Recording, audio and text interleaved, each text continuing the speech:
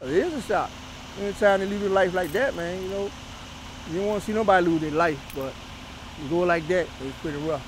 Tuesday morning came with a shock as fire crews packed the 1400 block of Vinton Street on the east side of Richmond. She was in the front. I ran around to the back trying to get in to the back. We could see the smoke. Malika Green recalls the moment she rushed to her burning neighbor's home trying to save those inside. By the time I came back around to the front, the first fire truck had pulled up and were attempting to get in. Richmond fire officials say they were able to pull 2 people from inside the home. They were pronounced dead on the scene. I was supposed to go over there this morning. I was gonna cut the grass for them. I had just waved at him on yesterday. Green says that the 2 who died were an elderly couple who had lost their hearing and called the neighborhood home for over 40 years. All the neighbors we know, they passed by, they would wave, but it wasn't like actually standing outside having conversations with us. While fire crews continue to investigate the cause of the fire, Green and other neighbors say they'll hold on to the memories of the quiet couple and hope family members get notified soon.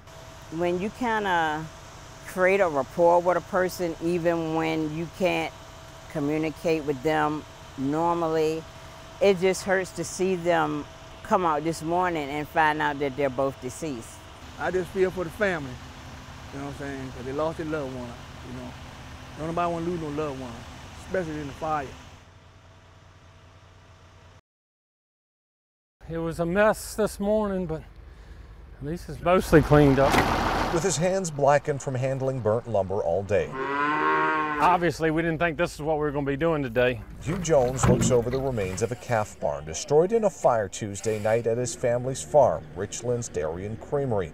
A barn he says he'd been by earlier in the night on his way to the staff Christmas party. Everything looked normal, you know, didn't really pay any attention to it. And around 8:30, we got a call from my daughter-in-law saying the calf shed's on fire. By the time we got up here, the building was fully engulfed, and we've got a water hose there, you know, but you couldn't even get close enough. The building was so hot.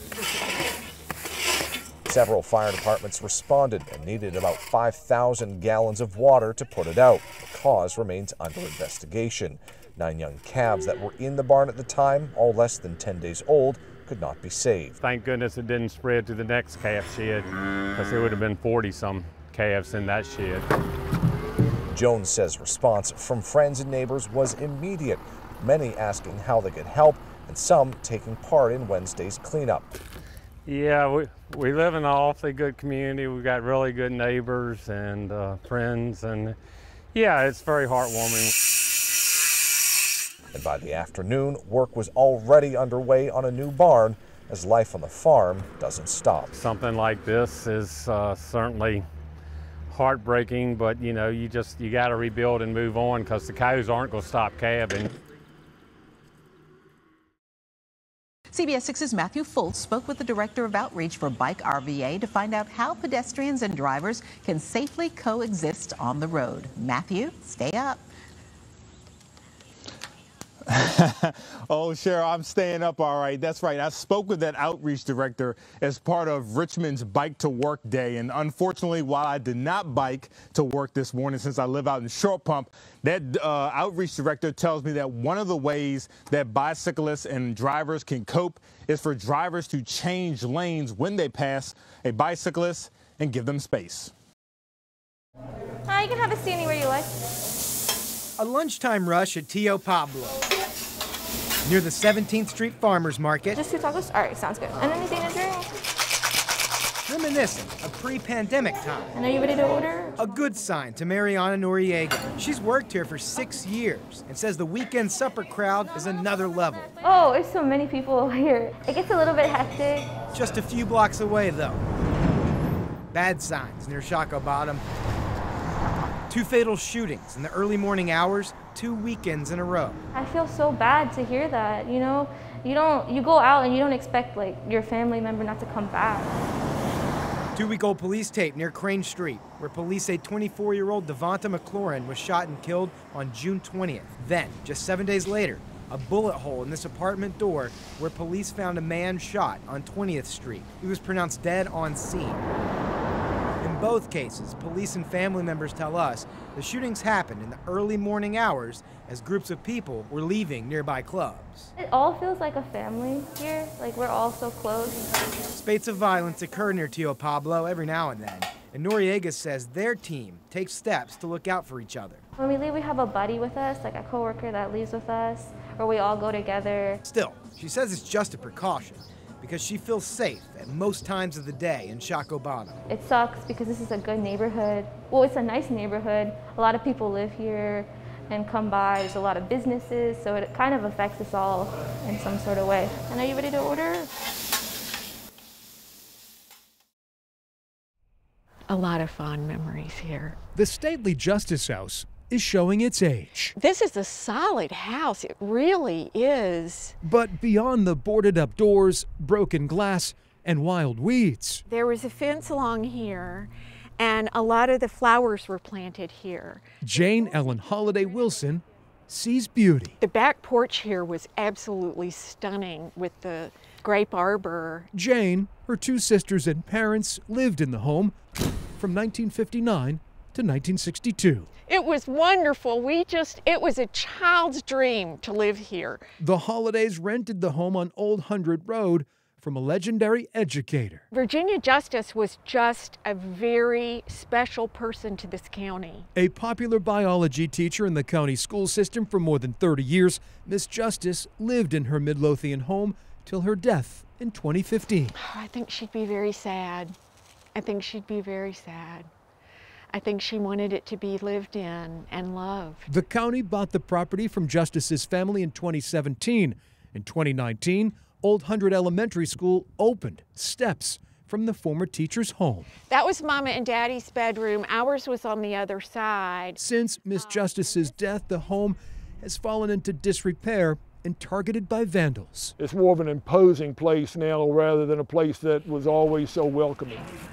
Preservationists worry the wrecking ball could sweep away 185 years of history. The house was built in 1836. It's one of only 6 brick 19th century homes in Chesterfield County. Peppy Jones, who was a student of Miss Justice, says the county is moving toward demolition. It's just sad to see what's happened to it in the last 4 years. And she was a beautiful, beautiful lady, never had any children. On this day, Chesterfield County allowed a group backing preservation to photograph the interior and reminisce. This makes me want to cry. She's such a beautiful lady. We spoke with Chesterfield County's Scott Zaremba off camera. He says Chesterfield does value its rich history. Mr. Zaremba says architectural studies were done on the house. Those reviews showed nothing significant about the home, that it's not historic and not eligible for protection on the historic register. Being so close to a school, it's also a matter of safety. She would not recognize it. Just wouldn't. It's never looked like this before. The Chesterfield County Historical Society is requesting time to explore options like renovation and even moving the home. Realtor Jim Daniels says the Justice House is sound. If you went out west, you'd be looking at a house 100 years newer than this and thinking it's a historic house. I mean, this house is almost 200 years old and it's not in bad shape. The whole place was planted. There was a beautiful fence around it. We had chickens in the backyard. As recollections wash over her, Jane Ellen Holiday Wilson cringes at the thought of her old home vanishing. Breaks my heart. She hopes a renovated Virginia Justice House will always stand and welcome visitors for another 2 centuries. I think it ought to be preserved. I don't know if I could come back here if I knew it was gone. I don't think I could watch it happen. We're going to go ahead and get started. We'll call out the Grace and Holy Trinity folks now.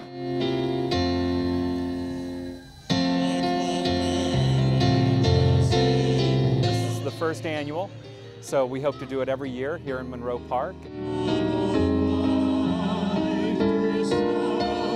We thought, what if we can't sing inside of our places, our communities of faith, our churches?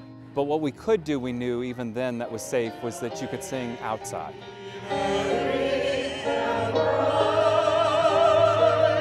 It's a feeling of happiness, it's a feeling of giving, it's a feeling of serving, it's a feeling of ministering. It's a way to give back. Sopranos, sopranos, comprando sopranos. It came upon the midnight clear. It was really refreshing because we haven't sung in a while, and this was really a blessed evening to see everybody come out and minister together. Over the hills and everywhere I go, tell it on the mountain that Jesus Christ was born. It really made us feel good to feel that we uplifted the crowd, even though, you know, every time this year it's not really uplifting for everybody. So it's a good joy. Music has a way to kind of cut through what divides us. Giddy up, jingle horse. It really does bring voices together. I mean, it sounds a little hokey, but it's true in that it brings us together in harmony. That's the jingle bell, that's the jingle bell rock.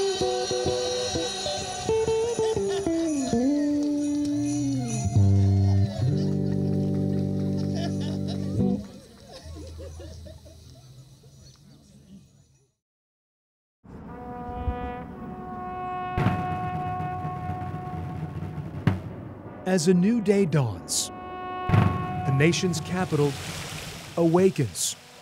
All of America is right there in his hands. That's a big moment. But one landmark nearby never sleeps. 24 hours a day, 7 days a week, 365 days a year. The tomb of the unknown soldier at Arlington National Cemetery. That first light of every morning and how the sunlight strikes the tomb and what happens there. It's mystical. Members of the 3rd U.S. Infantry Regiment watch over this sacred spot round the clock. I was there from March of '63 to April of 1965. Richard Azzaro belongs to a small fraternity of soldiers. You get a sense of life, the rhythm of life, death, what they gave up. At 18, Richard was handpicked to join the Old Guard. The function that we have been chosen to do, the trust that's placed in our hands, we cannot fail. The veteran is one of only 680 sentinels who have guarded the tomb every minute of every day since 1937. John Kennedy, and that's me standing right behind him. Even to this day, it's emotional because he was my hero. He was a hero to my generation. Mr. Azzaro says the select few shoulder the responsibility of a nation, protecting the legacy of the fallen. Some of the best walks are 2 or 3 o'clock in the morning. That's where you're there and you're thinking about them and say, this one's for you. The man from Maryland says nothing before or since compares to his 2 years serving as tomb guard. The mission is going to turn on you and embrace you. At that moment, you'll be changed forever. It's for life. With a name, he died for freedom. Now nameless, he will live as freedom's hero. In November of 1921, Washington, D.C. opened its arms to welcome home the nation's unknown. It was a major event. Arlington historian Tim Frank says the remains of a single U.S. soldier killed in France during World War I would represent all service members lost to history. They gave their lives and their identities for a cause greater than themselves. But this is his journey's end, yet not the end of glory for this unknown American boy.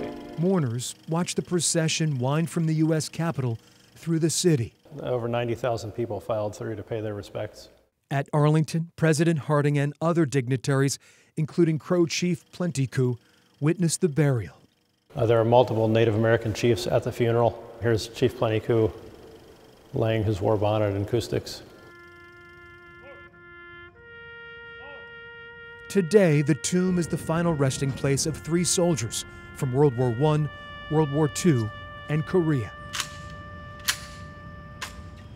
From the 4 corners of the globe to the heartland of America, the monument draws 4 million visitors a year to witness the changing of the Guard. I kind of admire how disciplined each soldier was with their marching, and it was very, very nice. On this day, 8th graders from Carmel, Indiana, are chosen for a hands-on history lesson. Today I was a part of the wreath-laying ceremony. It was such a great honor. This moment will stay with them for the rest of their lives. Veterans Day marks the 100th anniversary of this hallowed shrine. History will echo across the decades. A joint military procession will mirror the events of 1921. It's an incredibly important place. It's one that helps me remember why we're here and what we do. Dr. Gerald Lowe, Arlington's Chief of Operations, and his staff have been planning the centennial commemoration for 2 years. That's the idea, to provide that one place for a nation to remember, a nation to mourn, a nation to honor. And I left, I was still 20, and I began my life. But my life has always been looking out through the eyes of a tomb guard. Richard Azzaro. We carry the rifle on the shoulder furthest from the tomb, symbolizing that we are protecting from intrusion from without. The man intimately familiar with Arlington will return for the ceremony. Yeah, got some good people out there. Yeah, the mission's in good hands. The 77-year-old will pay homage to the unknowns he safeguarded through rain, sleet, and snow one more time. It is definitely not about the honor guard. Definitely not. It's an unbroken bond shared between an aging soldier and the fallen who are forever young. It's been put in our hands, that trust. America trusts us to make sure that the sacred duty is fulfilled completely, fully, forever.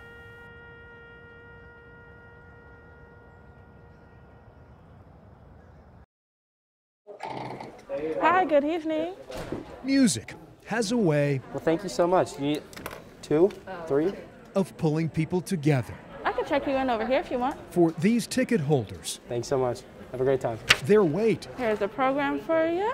Is finally over. I hope you all enjoy your time. Thank you. Anticipation has been building. Good evening. Thank you for coming. Patrons. So it is my pleasure to welcome you on behalf of all of the museums. Do not want to miss this event. It's about memory. It's about family history.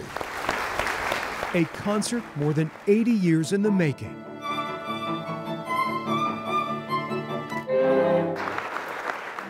Taking center stage on this night, the instruments. Violins of Hope is a traveling exhibit crisscrossing the globe. It's a very unique instrument. Avshi Weinstein is the co-founder. Some of them can take 1 or 2 years of restoration. The Israeli woodworker and his father Amnon build and restore violins in their workshop 6,000 miles away. You have to be rather very, very precise. The duo's specialty, strings with a story. I'm working with violins which are anywhere from few years old up to almost 500 years old. They all have history.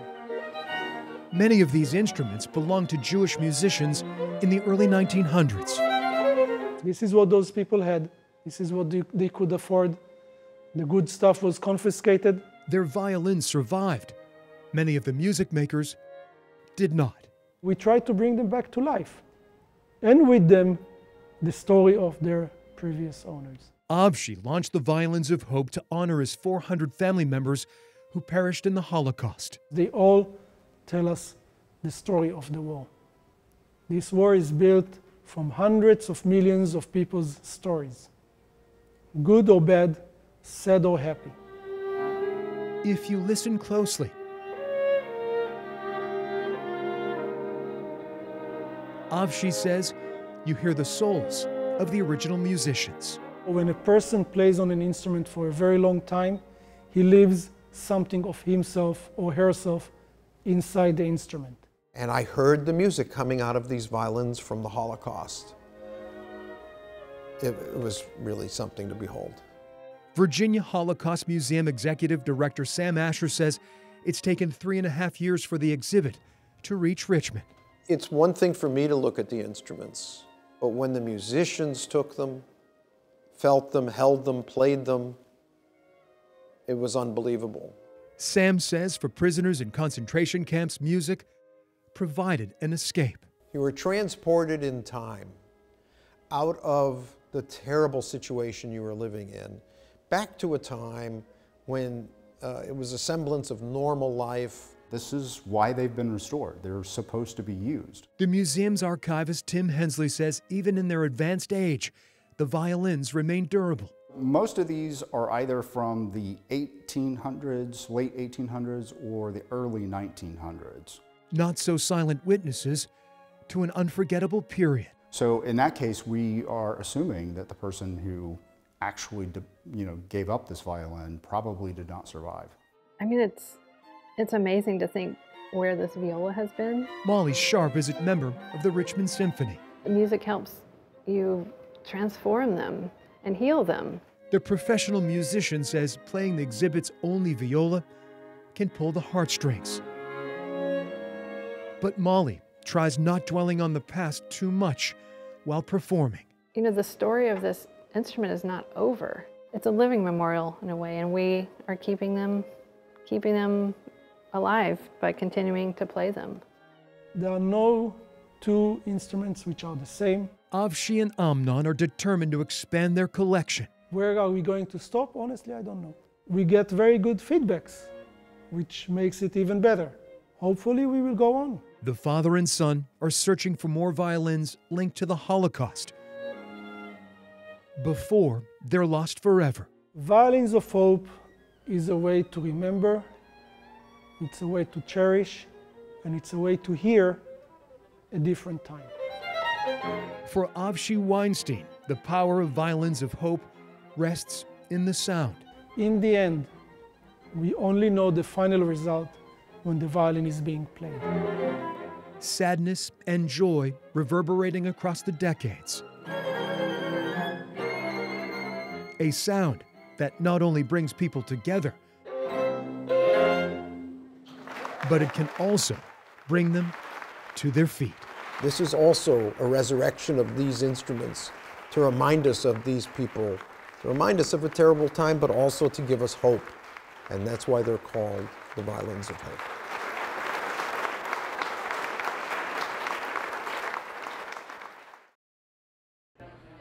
All right, folks, remember jackets, shoes, hats, hairnets. Let's get ahead and get on that, all right? Culinary arts teacher Ben Howell doesn't want any loafing in his kitchen.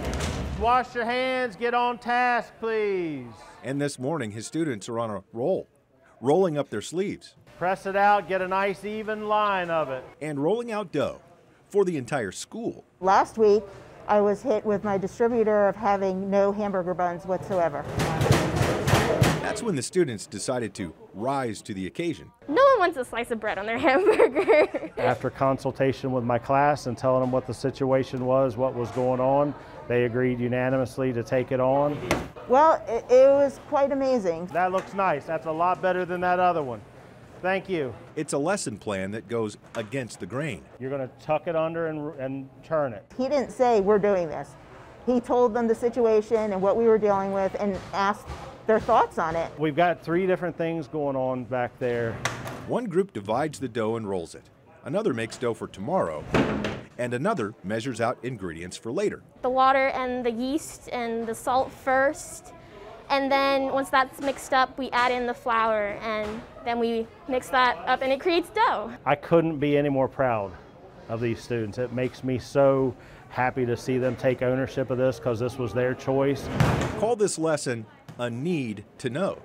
A nice mix of where learning meets real life. The way I try to approach things is to teach them some life skills that's going to make them a good, solid employee. 23 minutes to beat your time from yesterday. A good representative of Louisa County Public Schools, regardless of what industry they go into. It's a bread winner that's building better minds.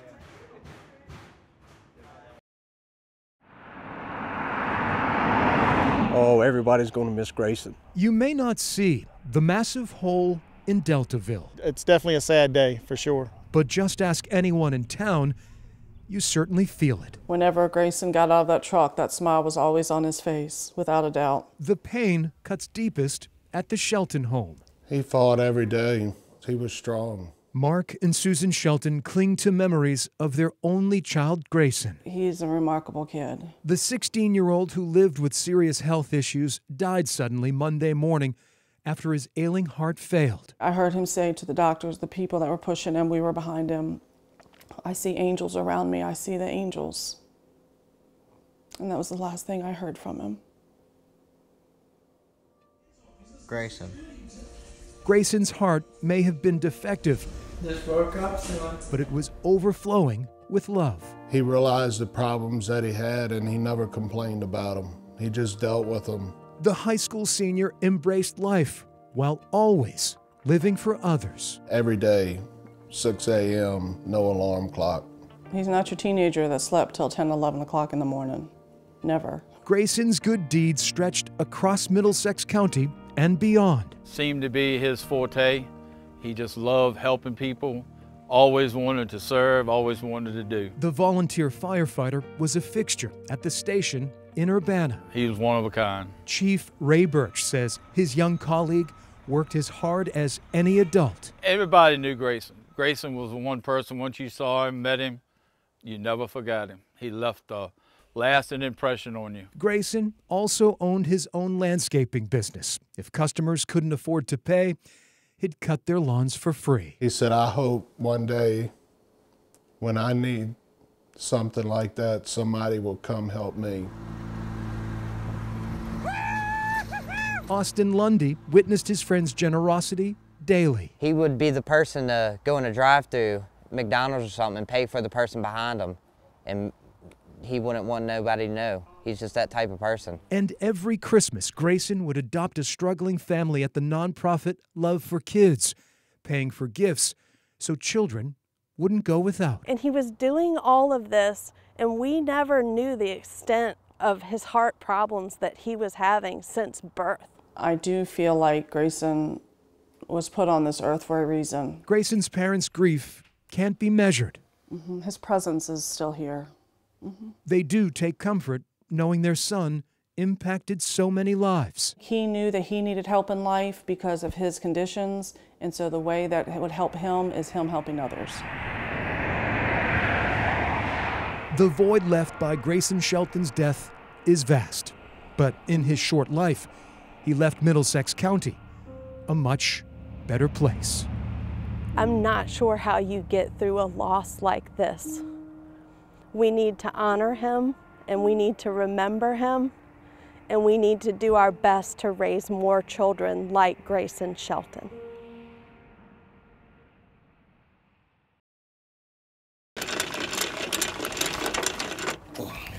Trevor Martin All right. is thinking outside the box. So we started about 4 weeks ago. Squat rack. The experienced personal trainer I got that even on the first try too. I've been a personal trainer for, I think, about 15 years right now. All right. is also a firefighter. 4 years now with Henrico County. 15 seconds. He's used to helping people. Good. Now he's taking his love for fitness and helping others on the road. We knew that with it being a pandemic right now, that this could do really well. And go! Trevor and his business partner, Jason Elkin, Keep rolling, guys. usually train clients inside Elkin Sports. Rest. We were shut down for about 3.5 months. And then after that time, we slowly were able to progress back into opening up. Here we go, here we go, here we go. As the world slowly returns to pre-COVID activities, the two of them have added more peace of mind to their workouts. This is an opportunity that, God forbid this happens again, then we're kind of set up to help people stay on track. This is RVA Strength. RVA Strength is a mobile fitness gym. A space and place for everyone on a fitness journey, from beginners. He did make some modifications for beginners like me. To elite athletes. I play in the NFL, I play for the Indianapolis Colts. Relax and switch. They train hard. Transition time. In the safety of the great outdoors. It just makes you appreciate being outside. Everybody can kind of, go at their own pace, choose their own weights. This box on wheels, a passion project. He's got a great setup here with, tons of equipment to make that possible. That's keeping everyone happy and healthy. When I'm working, I really never feel like I'm working. Nice job, guys.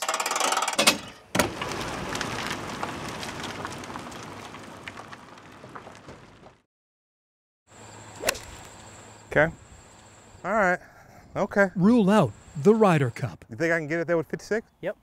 You think so? Yep. Never mind the Masters. That's like, what, 120 out? Yeah, okay. Maurice Angel Gonna have a low flight to it. Okay. And Ben Hoskin. Perfect.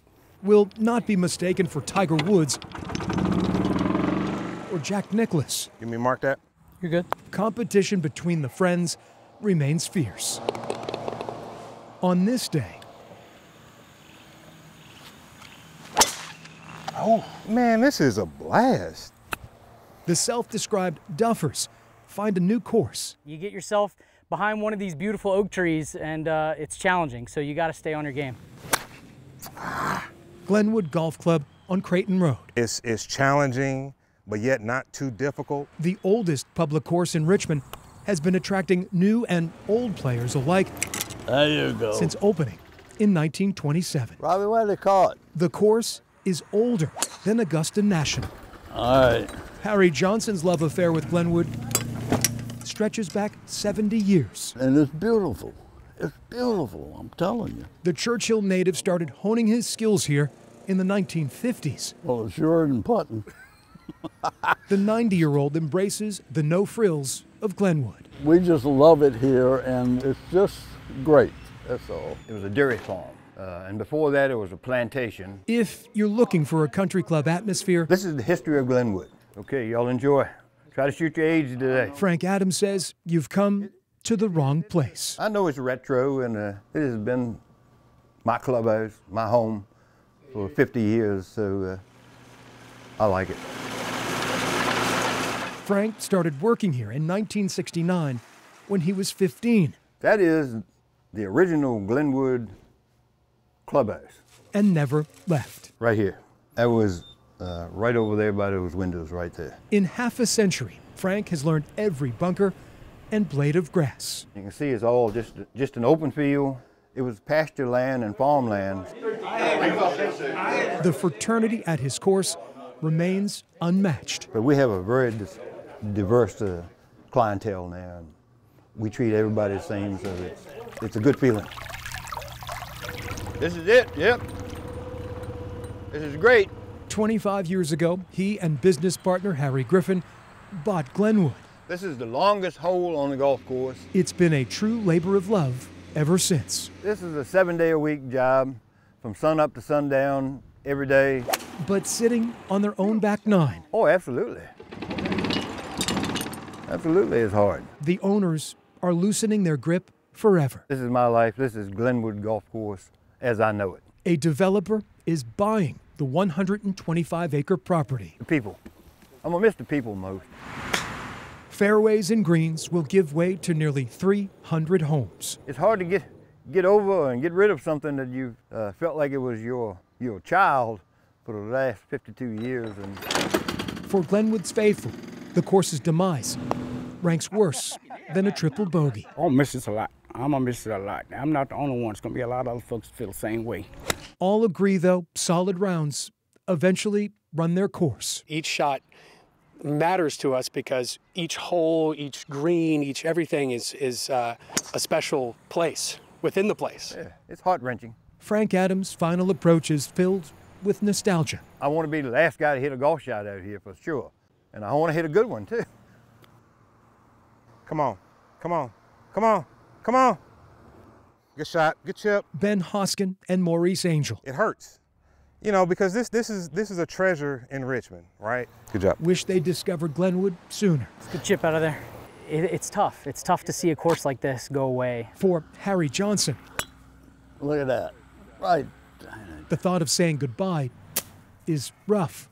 You're just getting out and having a lot of fun. That's what I think about it. The senior golfer will swing away as much as he can. You walloped that one, buddy. I know, but the first one went on there. While teeing up a golf bag full of memories. I cherish each and every shot.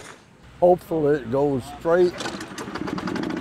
I just hate to see it go. I'll say that 10 million times. I really will. Property has been in our family for 4 generations. Bobby Marks has always called Louisa County home. Oh, it's no price on it. It's valuable to us. You got some big trees down here too. Marks and neighbor Dewey Collier III take pride in their Bickley Road properties. This ain't supposed to be happening to us. that they say have been threatened since last fall. She's coming down through here like a bullet. With every rain, Effects of the disaster that Dominion has put in here. they say a little more of their land, As you can see, this is not even a creek anymore. gets washed away by Dominion Power's Belcher solar plant, which was developed on more than 1,000 acres behind them. Each rain, you rip out a little bit more of your soil. When the skies clear up over the solar plant, you get an idea of just how far that water has traveled and the damage left behind. Roots are exposed on the tree and the earth is literally torn apart. If they want a solar field back there, that's their property and their business. But when you destroy surrounding land, then it becomes our business. The property owners made it the business of the State Department of Environmental Quality when they say they weren't getting anywhere with the county. They wouldn't come out. CBS 6 has obtained records on the solar plant dating back to July of last year, when stormwater runoff from Belcher flowed into Harris Creek. The DEQ later ordered Dominion to pay a fine of just over $50,000. Then last October, Dominion confirmed cleanup on the contamination was complete. But these neighbors say that's when their water woes were just beginning. They document the next 6 months, and in April, this inspection report would detail signs of erosion from outfall basins behind Mark's and Collier's properties. It also notes several other observations. The power company has provided responses to the county and state on updates regarding these basins and 7 others on the solar property. The DEQ says it expects them to meet the necessary requirements, but can't confirm until the documents are received and reviewed. We've double-checked the engineering. It measures up. It is working according to plan. It's going to continue to work in the future, but we understand that there are issues to those neighbors which are directly adjacent to us, and so we're working with them to go above and beyond the basic engineering requirements and address those, and we hope to find some resolution. Some Louisa County Board of Supervisor members who visited the site after a CBS 6 inquiry and meeting with Dominion were critical of the project at their September 7th meeting. It's pretty catastrophic. It's really bad. We can't ever let anybody clear cut 1,100 acres ever again. The very people that approved this project also visited the site, and they said that this was a terrible situation. They called it catastrophic. What is your response to that? Well, I understand in a snapshot people could have extreme opinions, but this project has had its challenges and has made its mistakes, and we understand that, and we've worked diligently to address those issues. Dominion says it's aggressively trying to establish this permanent vegetation to minimize runoff, which they say is the result of extreme weather in the middle of construction. The new stuff, it didn't amount to anything. The result is a disaster going on, still going on. These property owners just want to see an end to this. Yeah, our property is getting washed out deeper and deeper. And change moving forward. To the county, I would say you need to start treating a lot of these projects like you live next to them, because I guarantee you if any one of those Board of Supervisors houses or land backed up to this wouldn't be here.